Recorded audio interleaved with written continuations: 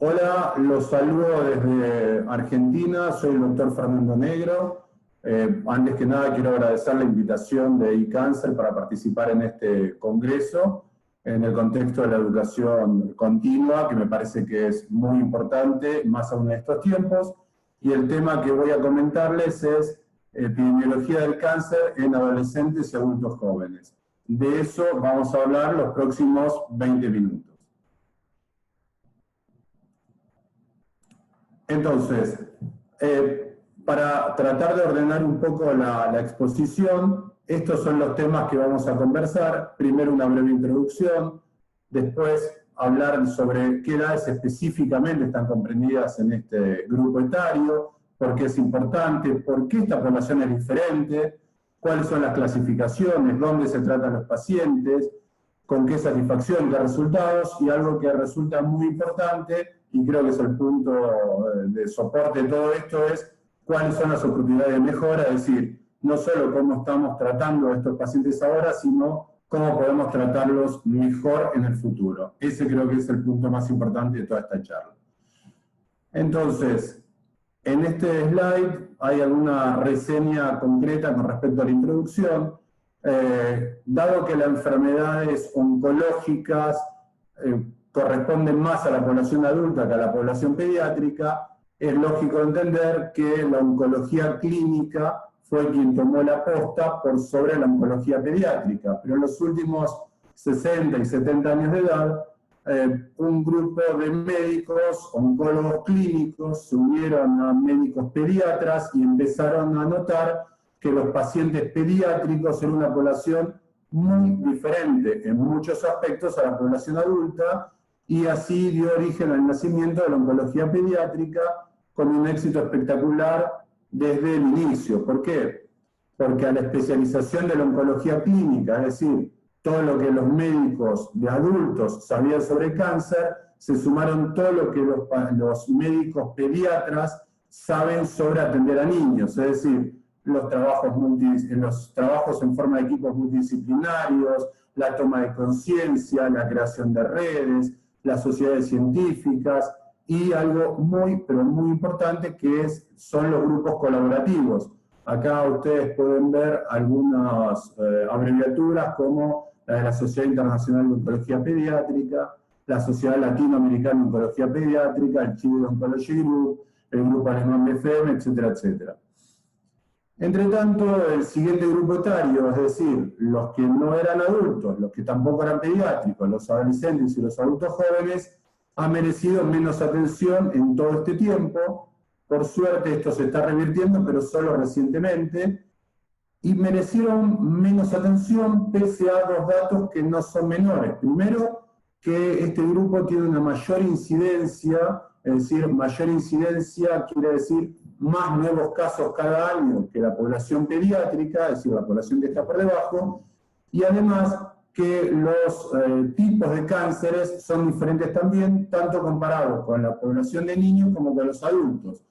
Eso ha determinado mejorías más modestas en las tasas de cura y menos satisfacción con los tratamientos. No nos olvidemos que estamos hablando de adolescentes, que ya de por sí es una población que es difícil de poder satisfacer en todos los órdenes, más aún cuando están enfermos, más aún cuando están enfermos de enfermedades realmente graves. Ahora bien, ¿de qué edades estamos hablando? Y acá es difícil precisar un corte, porque no en todos los países los pacientes se recepcionan en hospitales pediátricos hasta la misma edad, y dentro de un mismo país tampoco en las mismas ciudades esto es unánime. Entonces, mientras que hay pacientes pediátricos, hospitales pediátricos que recepcionan pacientes con diagnósticos de novo, de enfermedad oncológica hasta los 10 años, otros hasta los 12, otros hasta los 15, algunos hasta los 20, y ya hay algunos hospitales, fundamentalmente en Brasil, que están atendiendo y están aceptando como pacientes pediátricos a jóvenes de 20, 22 y hasta 25 años. Por lo tanto, es difícil poder precisar exactamente la edad. Ahora bien, si uno sigue los lineamientos de la epidemiología convencional, partiendo a la población en grupos etarios cada 5 años, podemos decir que los adolescentes son aquellos pacientes entre 15 y 19 años de edad, y los adultos jóvenes, los pacientes que tienen entre 20 y 29 años de edad al momento del diagnóstico de la enfermedad oncológica. En este slide trataremos de hablar por qué es importante hacer esta diferencia. Varios aspectos, pero uno podría decir, en primer lugar, porque hay un incremento en la incidencia de cáncer, tanto en los registros más serios a ambos lados del Atlántico, tanto en Estados Unidos como en Gran Bretaña. Los registros muestran que esta población está incrementando casi un 1% al año los nuevos diagnósticos de cáncer. Dentro de ellos, el que se destaca es el melanoma, pero también varias formas de linfoma no Hodgkin y también de carcinomas testiculares. Además de esto, esta población tiene aspectos psicológicos distintivos, con un valor muy importante en lo que se refiere al esquema corporal, lo cual es importante en todas las edades, eso va de suyo, pero no es lo mismo tener que proceder a la amputación de una pierna en un chico de 15 a 17 años de edad que en una persona de 60 años y ni siquiera en un chico mucho más chico, porque los aspectos sociales también son muy particulares, son jóvenes que están en plena etapa educacional, o laboral, o social, o incluso en el caso de los adultos jóvenes, son familias recientemente formadas con hijos pequeños.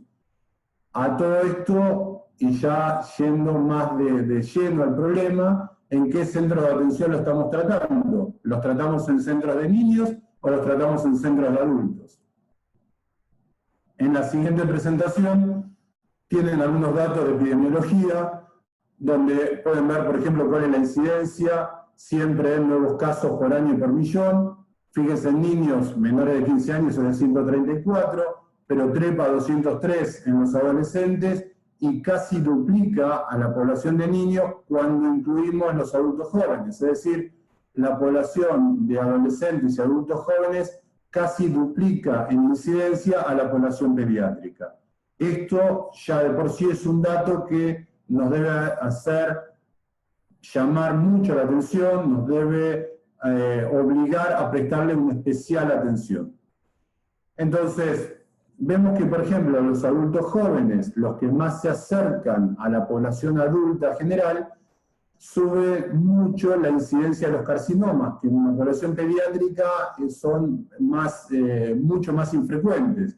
Entonces, los carcinomas en la población de adultos jóvenes trepa de 1 cada 10 a 2 de cada 10, es decir, casi se duplica. En tanto, en la población que queda en el medio, los adolescentes entre los 15 y los 19 años, vemos que, por ejemplo, la enfermedad de Hodgkin, los tumores germinales, tiene un protagonismo mucho más importante que en los pacientes más pequeños. Por otra parte, estos pacientes tienen mucho menos carcinomas, que sí empiezan a recuperar su importancia cuando llegamos a la tercera década de la vida, y en tanto que hay otras variedades de enfermedades oncológicas que son casi tan frecuentes en niños como adolescentes, como la leucemia linfoblástica, el linfoma no Hodgkin, los tumores extranervioso central, etc.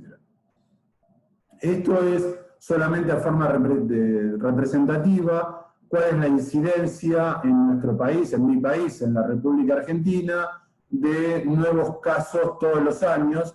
Nosotros contamos de hace 20 años con el registro oncohospitalario argentino, que solo captura los datos de los pacientes menores de 15 años, son datos muy, pero muy fidedignos, con los más altos estándares internacionales, y esto nos permite ver qué es lo que pasa en los pacientes menores de 15 años, repito, distinto a lo que pasa en la siguiente población, aquellos que tienen entre 15 y 29 años de edad. Esto es la misma situación, pero con un gráfico más friendly, más amigable, que es un gráfico de tortas. Ven la incidencia en los adolescentes y en la población inmediatamente superior, que a los fines prácticos y de esta presentación están todas comprendidas en lo que se llama adolescentes y adultos jóvenes. Pero además, es muy importante tener en cuenta una cosa: el diagnóstico de enfermedad oncológica tiene un impacto muy alto, y ese impacto no termina cuando termina el tratamiento, porque aún en las mejores situaciones y logrando la curación de los pacientes, ese paciente después tiene un antecedente en su vida que puede, y es lo que intentamos, impactar lo menos posible, pero también puede dejarle secuelas, puede producir segundos tumores, y las secuelas no solo son mentales, no solo son físicas, sino también son mentales, psicológicas y a veces sociales.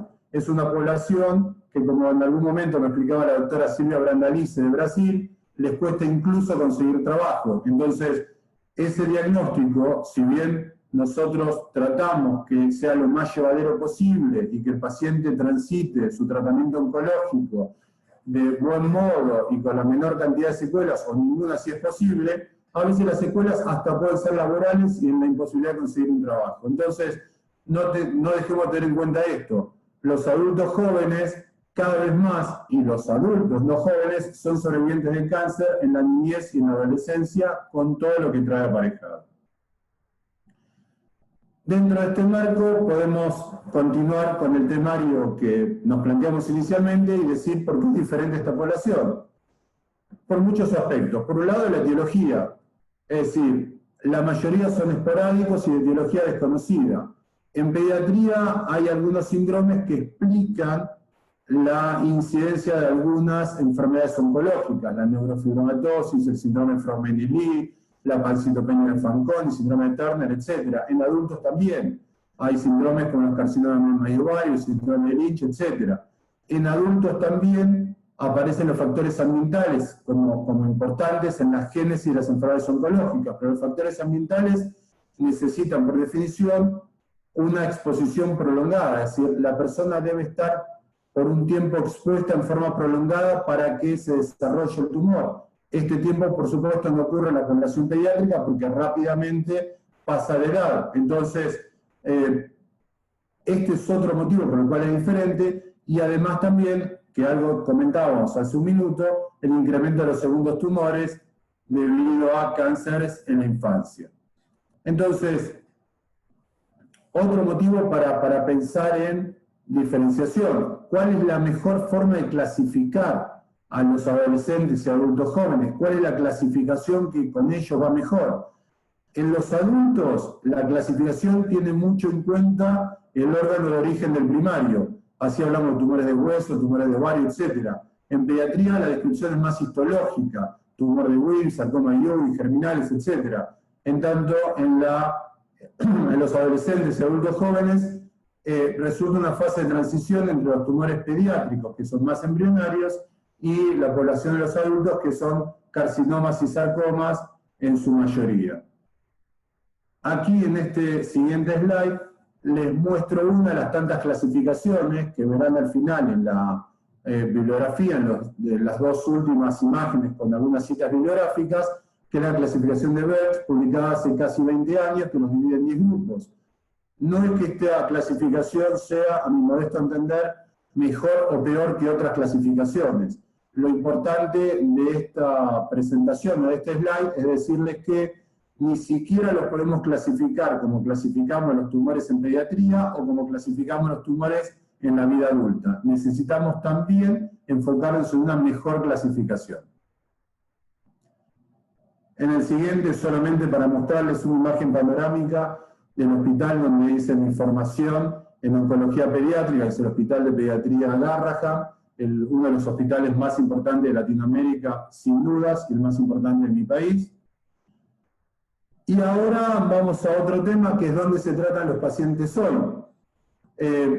Entonces, estos pacientes, repito, adolescentes o adultos jóvenes, se tratan en centros pediátricos, donde son los adultos, entre comillas, o en centros clínicos, donde son los niños, pero no se tratan con sus pares.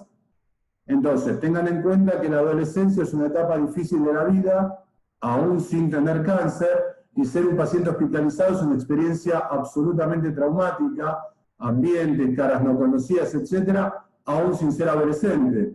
Entonces, si uno hace la combinación que se tratan en lugares donde no están sus pares y están transitando un momento traumático, en un momento de la vida donde se tienen que adaptar a muchos cambios, todo esto repercute en una baja satisfacción.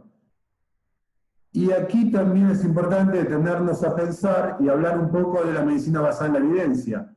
Todos hablamos de medicina basada en la evidencia y la entendemos como tratar a los pacientes con la mejor evidencia disponible, lo cual es cierto, pero es solo una de las 3 patas de la situación. Las otras 2 patas de la medicina basada en la evidencia es cuál es la experiencia del médico, y la tercera, cuáles son las preferencias del paciente. Y acá de nuevo nos enfocamos que estamos hablando de adolescentes y adultos jóvenes.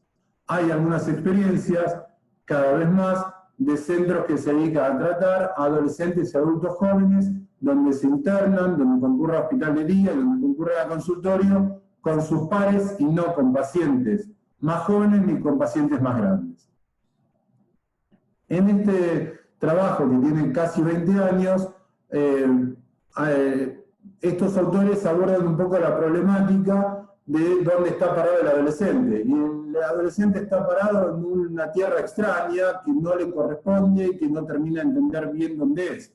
Entonces está en una especie de gap, está en una especie de transición, donde lo que más necesitan son sus pares, es lo que menos tiene mientras transita su tratamiento. Entonces, ¿con qué grado de satisfacción? De nuevo, la importancia de la compañía de sus pares, la importancia de la continuidad de sus estudios. Ustedes piensen en un paciente de 15, 16, 17 años, está terminando su educación secundaria, un paciente de 18, 19 está comenzando con su etapa laboral, perdón, o está decidiendo qué es lo que quiere estudiar o iniciando sus estudios terciarios.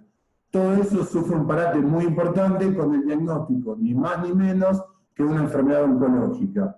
Entonces, estos pacientes necesitan espacio, necesitan tiempo libre y necesitan, de nuevo, estar rodeados por sus pares.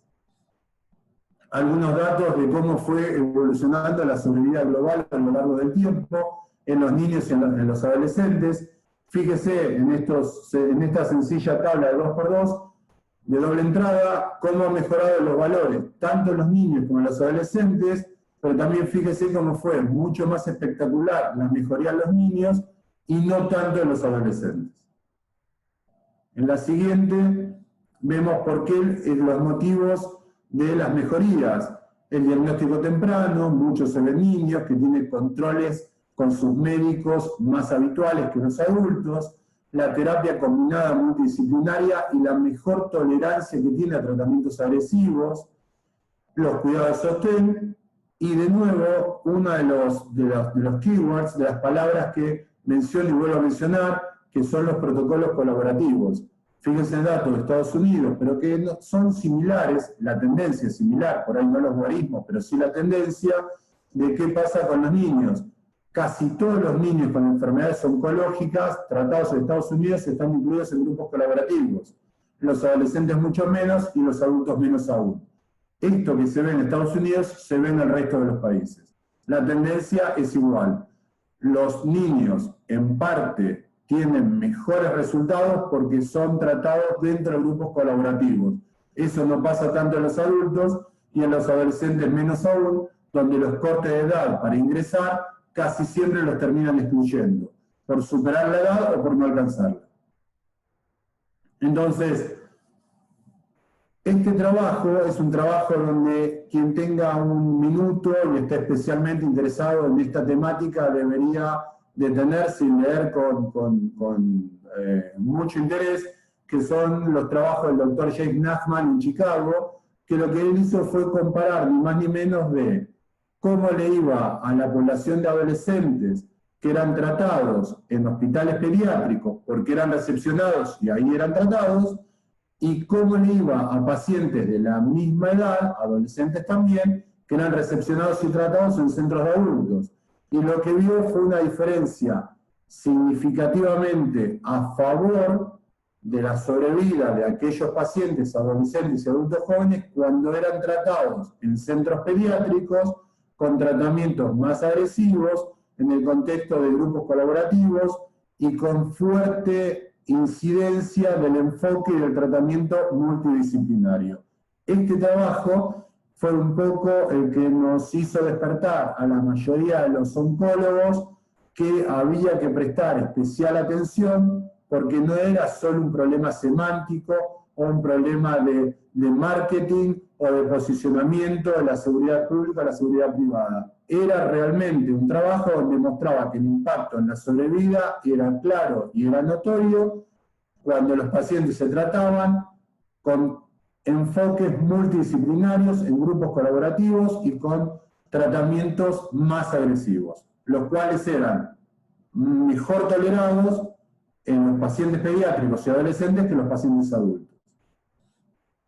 Simplemente esta presentación y esta otra es para mencionarles un lugar del cual formo parte, del cual me siento orgulloso, que es la Sociedad Latinoamericana de Oncología Pediátrica, donde todos, o la gran parte de los médicos, oncólogos, pediatras, nos nucleamos y trabajamos en colaboración en Latinoamérica, donde atendemos muchas situaciones que hacen importante el enfoque y las pautas de tratamiento para mejorar a los pacientes. No solo el advenimiento de nuevas drogas, perdón, o de terapias combinadas, sino también, y muy especialmente, las temáticas propias de cada lugar. Ejemplo, la adherencia al tratamiento. Y la adherencia al tratamiento vuelve a ser importante cuando hablamos de una población, como son los adolescentes, enfáticamente, que les cuesta entender cuál es su lugar en el mundo y por lo tanto la adherencia también se ve afectada. Entonces, en este siguiente slide hablamos de algunas barreras, porque es muy importante para poder obtener oportunidades de mejora, que de eso se trata, repito, ver qué es lo que pasó para saber dónde estamos y cómo podemos mejorar nuestros pasos a futuro, y para eso es importante saber cuáles son las barreras que tenemos. Inequidades en la provisión de salud, dificultades en algunos lugares para que el tratamiento oncológico sea cubierto, ya sea por la medicina, la seguridad pública o la seguridad privada, la distancia hasta los centros de atención, de nuevo, y otra de las keywords que quiero mencionar junto con grupos colaborativos, satisfacción, adherencia al tratamiento, otro problema es la educación médica, y otro dato muy importante es los grupos colaborativos, ya sea within como between. Ambas cosas tenemos que enfatizar. Entonces, ¿cuáles son las oportunidades de mejora? Una de las cosas que creo que debería ser uno de los pasos iniciales es saber dónde estamos parados. La escalera se sube de a un peldaño, y creo que el primer peldaño es crear un registro exhaustivo, latinoamericano, partiendo de ahí, pero extensible a todo el mundo, de adolescentes y adultos jóvenes. Saber exactamente de qué población estamos hablando. El segundo peldaño sería establecer grupos de trabajo, oncólogos de adultos trabajando con oncólogos infantiles, médicos pediatras con médicos clínicos, y no solo médicos, sociólogos, especialistas en educación, y me animaría a decir incluso antropólogos. La tercera pauta es saber cuál es el consenso de la clasificación, es decir, la de Birch, como cualquier otra, pero alguna que se pueda adaptar a una población diferente, que está surgiendo con fuerza. Repito, como nació la oncología pediátrica, ya está tomando cada vez más fuerza la oncología de adolescentes y adultos jóvenes. Entonces, ya merecen sus congresos, sus webinars en estos momentos de pandemia, su educación médica continua y demás. Entonces, este trabajo, así como le mencioné el trabajo del Dr. Nachman en Chicago, con el foco en las diferencias en la sobrevida libre de eventos, cuando los pacientes con leucemia linfoblástica aguda son tratados con enfoques multidisciplinarios y tratamientos más agresivos. Este trabajo del año 2005, de hace 15 años, es quizás uno de los mejores resúmenes que encontré de por qué hay, tal cual está remarcado, más que buenas razones para recibir la llamada, atender la llamada y ocuparnos de una población de gente jóvenes con muchas expectativas y con mucha esperanza que necesitan de toda nuestra atención. Entonces, creo que lo que tenemos que saber es que como la oncología pediátrica no existía y comenzó a existir y fue un antes y un después categórico, no hay ninguna duda que en el mismo camino está la oncología de adolescentes y adultos jóvenes. No podemos hacernos distraídos, no podemos descuidarnos, no podemos desatender a esta población porque son demasiado ancianos para que sean atendidos en centros pediátricos o demasiado jóvenes para que sean atendidos en centros de oncología clínica. Tenemos que saber que existen, que son distintos y que merecen toda nuestra atención para que las oportunidades de mejora nos haga llevar a lo que importa, que es cada vez curar más y más pacientes con menor cantidad de secuelas, con mayor satisfacción y, como dice la medicina basada en la evidencia, con la opinión y aceptación y las preferencias del paciente. Para ir concluyendo con esta ponencia, les dejo 2 slides con los 10 artículos que, a mi humilde entender, mejor resumen toda esta situación y en los cuales me basé para dar esta ponencia. Son 10 trabajos de los últimos 20 años que cada vez más están diciéndonos que no podemos hacernos los distraídos, tenemos que ocuparnos, tenemos que prestarle atención, tenemos que mirarlo, tenemos que registrarlo y tenemos que optimizar su tratamiento y las preferencias de su tratamiento y sus grados de satisfacción. Por último, agradeciendo nuevamente el cáncer y mandando un fuerte saludo de Argentina a todos los que en los tiempos libres y en los momentitos que vamos haciéndonos, nos seguimos interiorizando y preocupando en la educación médica continua, agradeciendo por ese tiempo, esperando que pueda servir con ese enfoque. Agradezco el cáncer, les mando un cordial saludo y quedo a disposición desde mi país, Argentina, para que no nos hagamos más los distraídos y definitivamente atendamos y nos ocupemos y nos enfoquemos en los adolescentes y adultos jóvenes con cáncer. Muchas gracias y a seguir cuidándose del COVID-19. Gracias a todos.